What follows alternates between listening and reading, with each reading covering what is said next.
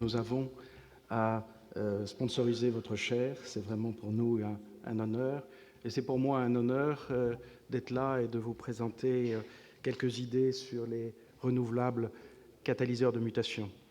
Intervenir après le président Mestralet, et je le savais hier, était un challenge.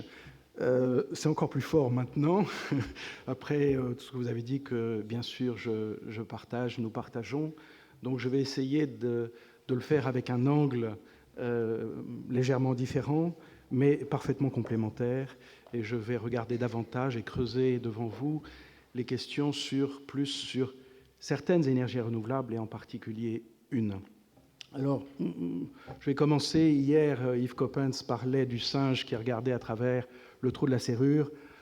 Je ne savais pas comment trop vous le présenter aujourd'hui. Donc, ce que vous voyez sur l'écran, c'est Solar Impulse, l'avion solaire de Bertrand Piccard, volant au-dessus de San Francisco, et vous repérez le Golden Gate.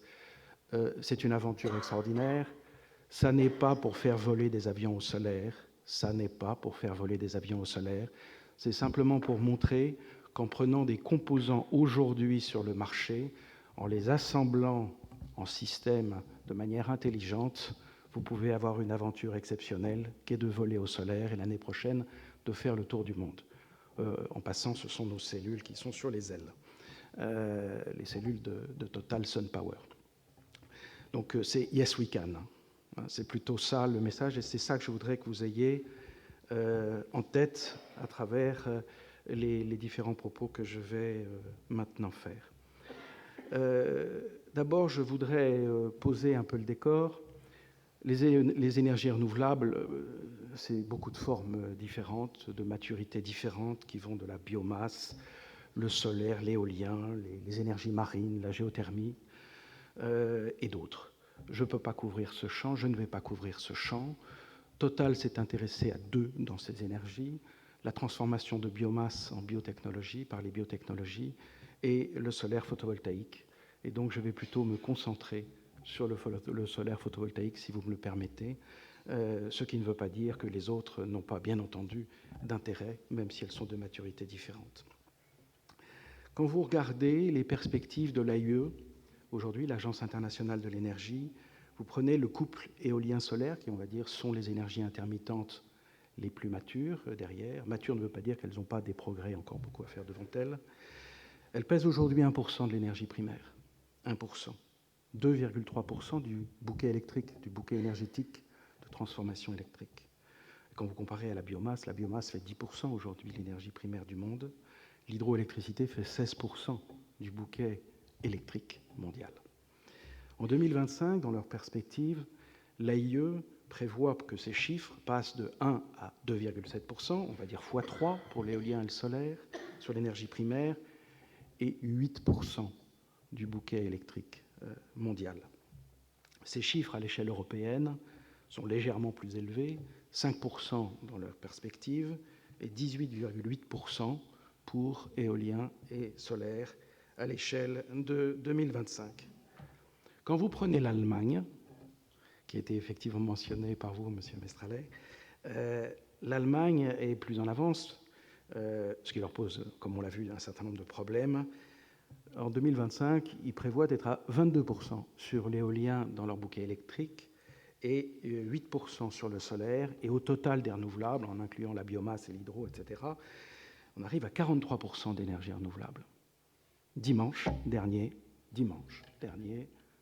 pendant toute une partie de la journée, ils ont tourné à 75% sur les renouvelables, dimanche dernier, avec évidemment la contrepartie, c'est-à-dire des prix négatifs pendant une partie de l'après-midi, quand le solaire était un peu au zénith et qu'il se trouvait aussi du vent qui soufflait sur la mer du Nord.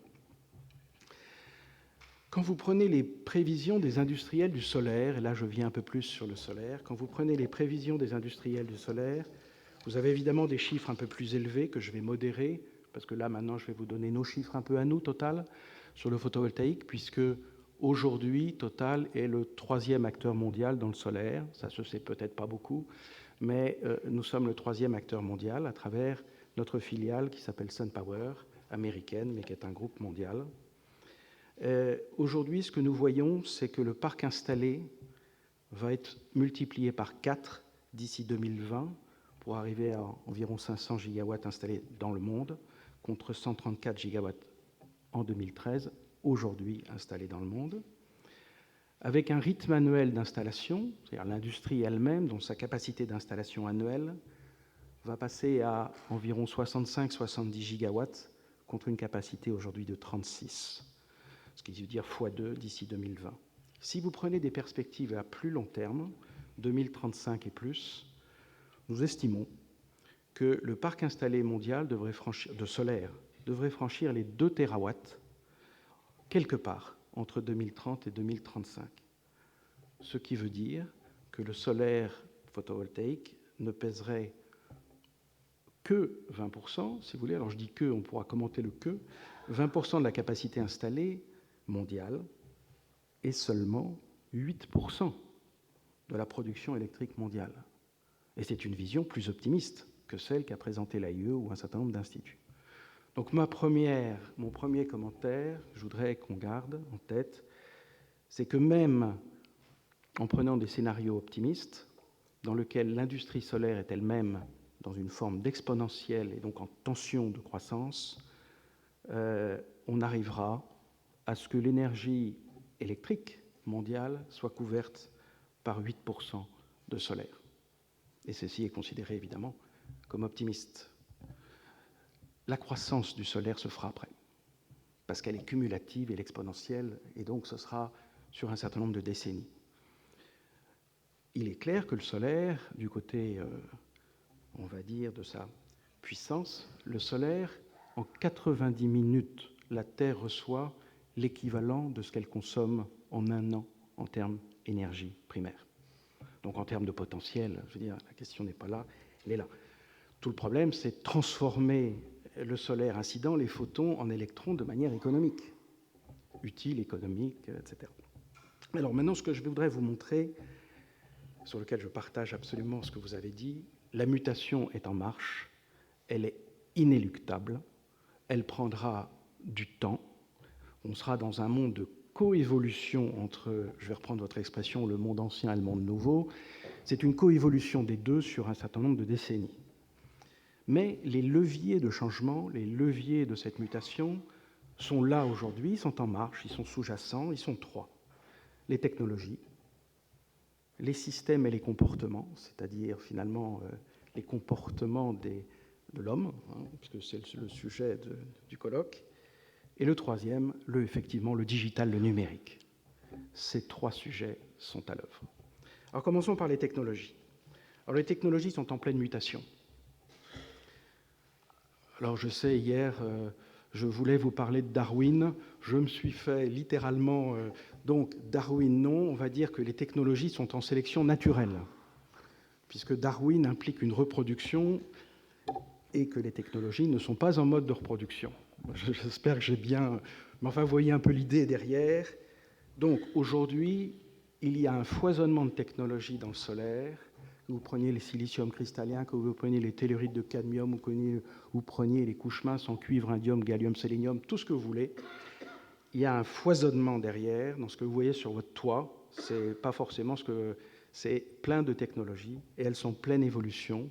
Elles combattent les unes par rapport aux autres, par rapport à un couple usage-prix, usage-compétitivité. Et rien n'est joué, rien n'est gagné, cette sélection naturelle est à l'œuvre. Les prix des modules ont été divisés par 5 en 5 ans, par 2 entre 2011 et 2013, avec une crise, un typhon, si vous voulez, sur l'industrie solaire qui n'avait jamais eu ça. Je ne crois pas qu'il y ait eu d'industrie qui ait eu ce type d'ouragan sur elle en l'espace d'un an. Ce qui s'est passé, et ça c'est un autre message que je voulais faire passer, c'est que le changement ne se fait jamais sur un seul levier.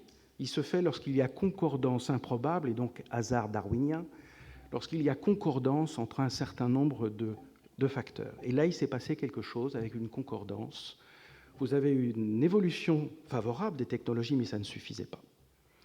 Vous avez eu ce qui s'est mis en place en Allemagne post-Fukushima. Vous avez eu les Allemands qui ont accéléré en mettant des feed-in tarifs, c'est-à-dire des tarifs de rachat d'électricité, et avec une accélération en Allemagne en termes de volume ce qui leur a coûté évidemment beaucoup d'argent.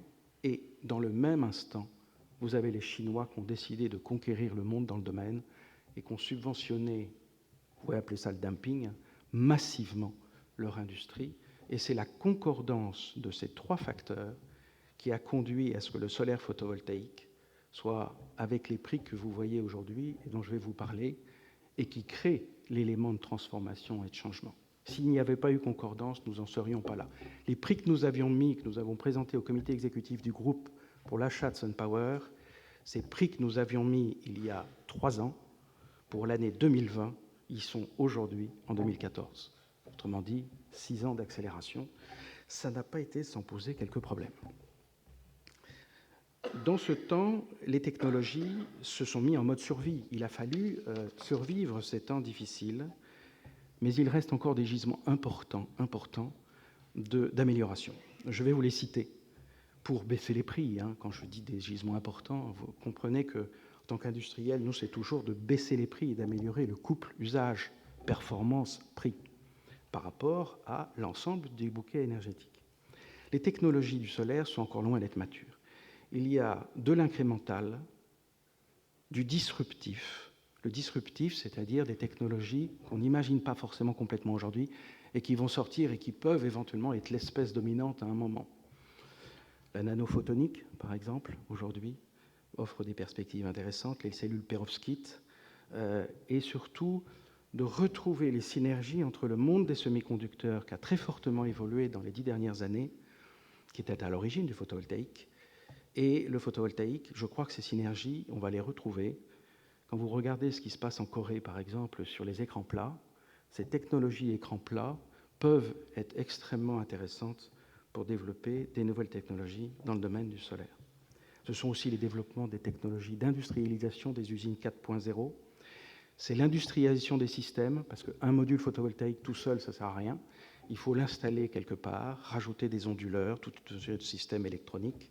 Et donc, l'industrialisation de ces systèmes est importante. Et enfin, et je voudrais insister là-dessus, plus les modules, les systèmes baissent en termes de prix, plus l'élément différenciant, c'est le financement.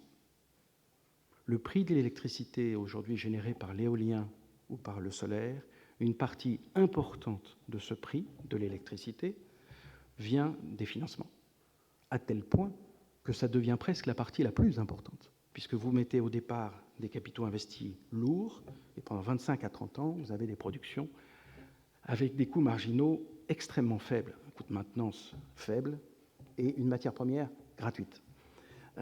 Et donc, la ressource importante est une ressource financière. Les Chinois l'ont bien compris, parce que vous les voyez gagner beaucoup d'appels d'offres aujourd'hui dans le monde, notamment dans le domaine de l'éolien, parce qu'ils mettent des taux d'intérêt très bas, très bas. Les Japonais, par exemple, aujourd'hui ont des taux d'intérêt au Japon de l'ordre de 2%. 2%. Bon, ils ont moins de chance, le prix de la terre, et vous allez voir que le solaire est une énergie de territoire, le prix de la terre est très élevé, donc ça compense derrière.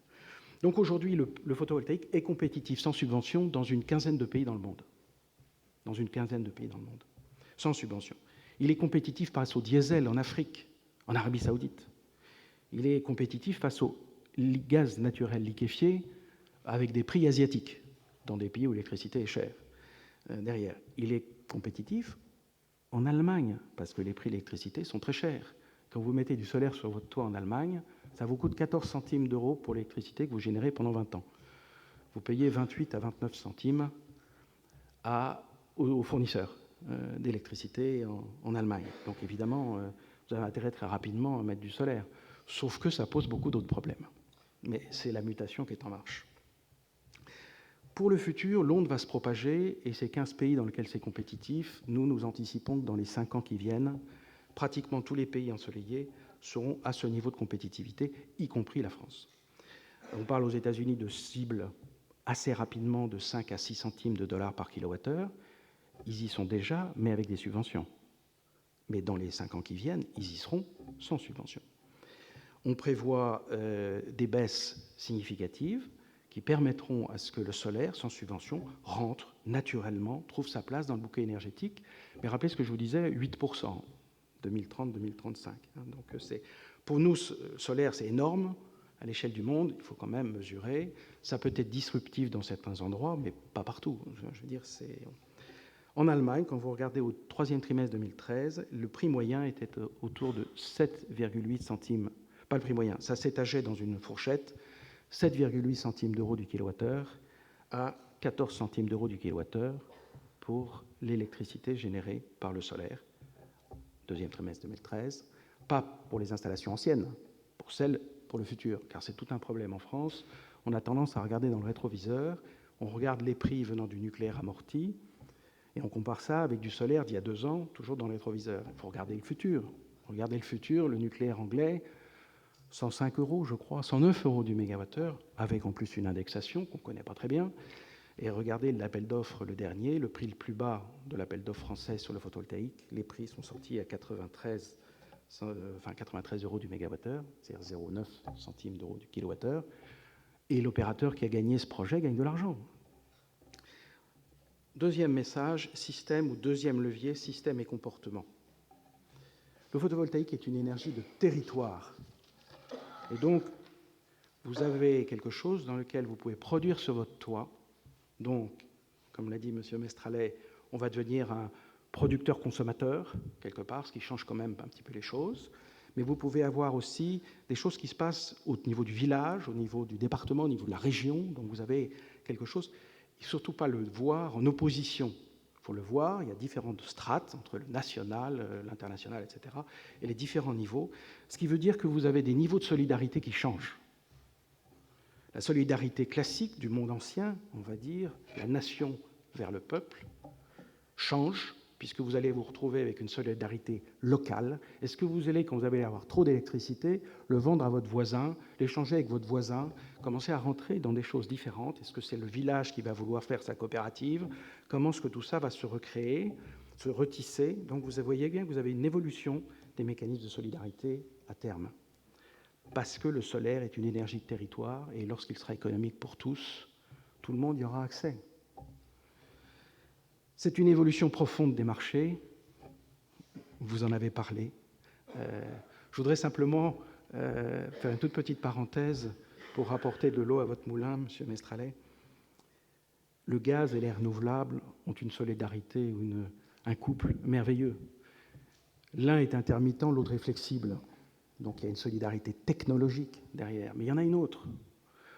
Le gaz, vous n'êtes pas capable de savoir quel est son prix dans les années qui viennent, puisque c'est un peu fonction du prix de l'énergie fossile dans les différents pays. On n'est pas capable. Et donc, vous n'êtes pas capable de dire quel est le prix de l'électricité induite par le gaz dans les années qui viennent. Par contre, les énergies renouvelables, une fois que vous avez fait l'investissement, comme les météos, tout ça, c'est quand même des technologies sur lesquelles on est quand même capable à peu près de maîtriser combien il y a d'heures de soleil par an en moyenne, dans un foisonnement.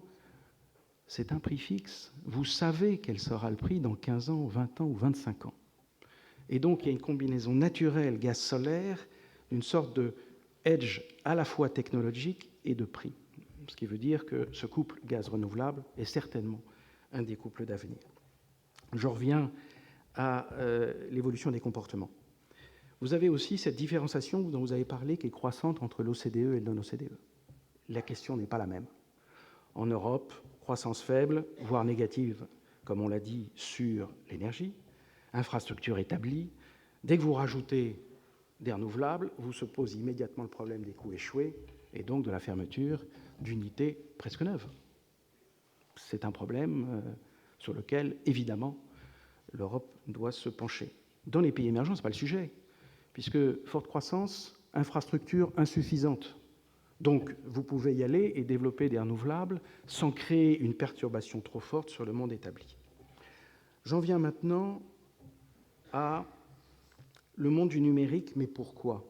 C'est que vous avez une complexité croissante dans ce que je vous ai décrit. Vous ne pouvez pas imaginer le monde ancien, monde centralisé, avec des usagers et simplement des tuyaux qui fonctionnent toujours dans le même sens. Demain, comme on l'a décrit, des millions de producteurs-consommateurs, des millions d'intérêts divergents, un système beaucoup plus complexe dans sa gestion derrière. Et là, je dirais, c'est la même chose en biologie. Tout système est amené à évoluer vers un degré supérieur de complexité. Sinon, il disparaît. Et donc, c'est le défi, c'est le challenge de l'industrie électrique dans cette évolution, complexité croissante. Il ne faut pas en avoir peur, c'est comme ça. Derrière, au contraire, ça peut donner des éléments de beaucoup plus grande stabilité. Je me retourne vers tout le monde scientifique de la recherche médicale. C'est bien ce qui se passe dans l'homme, hein. Entre Yves Coppens, qui nous a décrit, et aujourd'hui, je pense que le cerveau humain a quand même évolué. Et bien, le monde de l'électricité va faire la même chose. Cette convergence entre les flux d'électrons et les flux d'informations est un levier puissant de changement parce que derrière, vous avez l'apport du numérique. On ne pourra pas gérer cette complexité sans l'apport du numérique. Et il se trouve, et c'est l'élément aujourd'hui qui est un élément rassurant, c'est que les technologies du numérique sont là. C'est-à-dire que tout ce qui est aujourd'hui numérique, les objets connectés, les technologies sont là.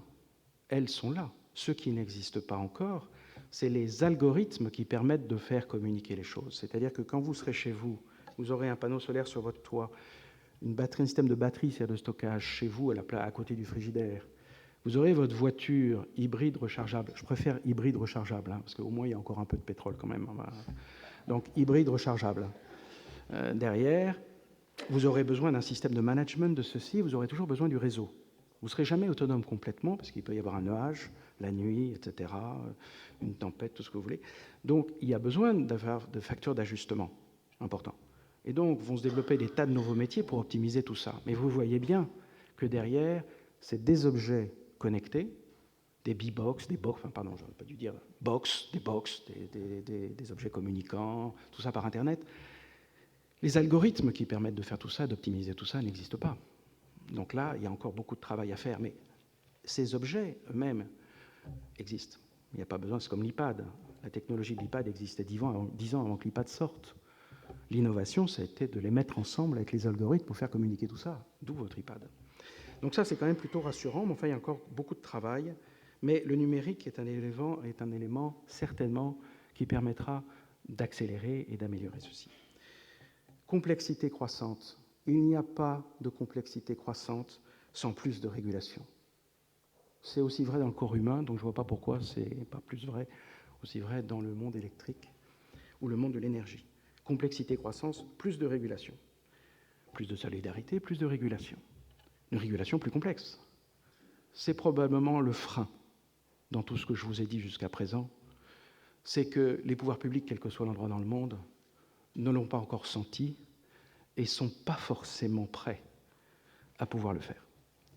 J'allais dire, et je pense que dans tout ce que je vous ai décrit, c'est certainement le point de fragilité. Les perspectives. J'ai encore un peu de... Les perspectives. Je vous ai dit que les 3 leviers étaient à l'œuvre. Technologie, révolution du numérique, évolution des comportements sociologiques, sociétales. Cela crée de nombreuses difficultés. Difficultés du monde établi. Résistance de ce monde établi, avec opposition frontale entre le monde établi et, de l'autre côté, toute une série de tenants du monde de l'écologie qui, souvent de manière excessive, veulent accélérer la transition vers le monde nouveau. Et c'est là où je voudrais introduire cette notion de coévolution. Ça n'est pas une transition, puisque vous ne savez pas où vous arrivez. Ça n'est pas une transition, c'est une coévolution. Je garde toujours mon image, non pas darwinienne, puisque je vais me faire fusiller, mais je veux dire, quand vous lisez Pascal Pic sur son livre récent de Darwin à Lévi-Strauss, il montre bien la coévolution derrière. C'est la même chose. Le monde ancien et le monde nouveau, je reprends votre expression, vous me le permettez, vont coévoluer. La voiture électrique ne va pas comme ça remplacer la voiture thermique. C'est une illusion. La voiture thermique, dans un mode de survie, va s'améliorer. Et vous parlez aujourd'hui du véhicule à 2 litres. On n'en parlait pas il y a 3 ans.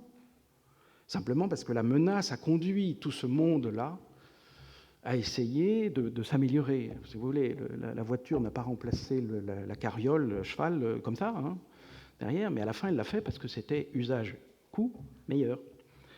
Et bien là, on est dans des choses pareilles. C'est une coévolution. la voiture électrique va forcer le véhicule thermique à s'améliorer, et évidemment vice-versa. Une fois que la voiture thermique s'est améliorée, va forcer le véhicule électrique à trouver un meilleur couple usage. Le problème de la voiture électrique, bon, à la fois les coûts, enfin c'est aussi combien vous faites de kilomètres avec, quoi, je veux dire, derrière. Donc si vous faites 600 km ou 800 km avec une voiture thermique, vous n'avez pas envie de vous retrouver avec 100 km derrière. Donc vous voyez bien qu'il y a une évolution conjointe, enfin co-évolution derrière. On pourrait dire la même chose sur le marché électrique. Hein. Co-évolution, c'est la même chose. Vous voyez bien que plus vous mettez de renouvelables intermittents, plus vous avez besoin de flexibilité. Et aujourd'hui, le marché électrique ne reconnaît pas, ne rémunère pas cette flexibilité, d'où les problèmes des centrales à gaz derrière. Parce qu'en Europe, vous fixez des prix qui sont liés, le marché ne rémunère que les prix marginaux, le gaz est sorti. Voilà. Il rémunérerait ce qui serait normal dans tout système normal, les coûts complets, le gaz passe largement avant le charbon. Voilà. Donc ça veut dire que l'ensemble du marché électrique européen doit être repensé. Il doit être repensé autour d'un équilibre mieux construit, on va dire, entre la puissance, les watts, l'énergie, les kilowattheures, et la flexibilité, c'est-à-dire la combinaison watt-temps. Derrière, on a un gros travail là-dessus, hein, derrière. C'est bien de la co-évolution. Tout ceci va prendre du temps. Ne croyez pas que c'est quelque chose comme ça, là. Ça va prendre des décennies. Mais c'est en marche. C'est absolument, j'allais dire, on ne peut pas l'arrêter, et il ne faut pas l'arrêter, évidemment. Derrière, c'est absolument, c'est quelque chose pour moi qui va modifier en profondeur la société. Et là-dessus, je voudrais terminer juste pour vous dire, j'ai un petit-fils. Il est grand comme ça. Vous voyez, grand comme ça. Au bout de sa main, là, il y a le portable ou l'iPad. Comme dit Michel Serres, petite poussette, alors lui c'est un petit pousset, mais petite poussette, c'est le moteur le plus puissant du changement. Mes petits-enfants, alors je pense que mes enfants vivront tout ça, mes petits-enfants encore plus, mais eux géreront l'énergie d'une manière complètement différente de celle dans laquelle nous l'avons pensée. Et donc c'est cette mutation que je vous décris, cette mutation sur plusieurs décennies, et sur lequel je pense que le photovoltaïque jouera un rôle important, mais dans un bouquet. Il ne fera pas tout. Vous ne chargerez pas tous votre véhicule hybride rechargeable avec le solaire qui est sur votre toit. Certains d'entre vous le feront de plus en plus, mais on a besoin de toutes les formes d'énergie, et les problèmes en Europe ne sont pas les mêmes qu'en Inde, effectivement, au Brésil. Au Brésil, c'est l'éolien qui gagne aujourd'hui partout contre les énergies. C'est le couple éolien-hydroélectricité qui gagne au Brésil aujourd'hui. C'est des appels d'offres multi-énergie, voilà, derrière. Donc on voit bien que ce monde est en pleine transformation, et là, nous partageons totalement, ce qui oblige les entreprises à se réinventer en permanence, ce qui fait qu'à l'intérieur des entreprises, vous avez des tensions, c'est normal, il ne faut pas en avoir peur, des tensions, ce n'est pas de la schizophrénie, c'est des tensions créatrices qui font que l'ensemble des divisions d'un groupe, qui peuvent avoir des intérêts contradictoires d'apparence, doivent avancer ensemble dans cette transformation. Je vais m'arrêter là, en vous remerciant.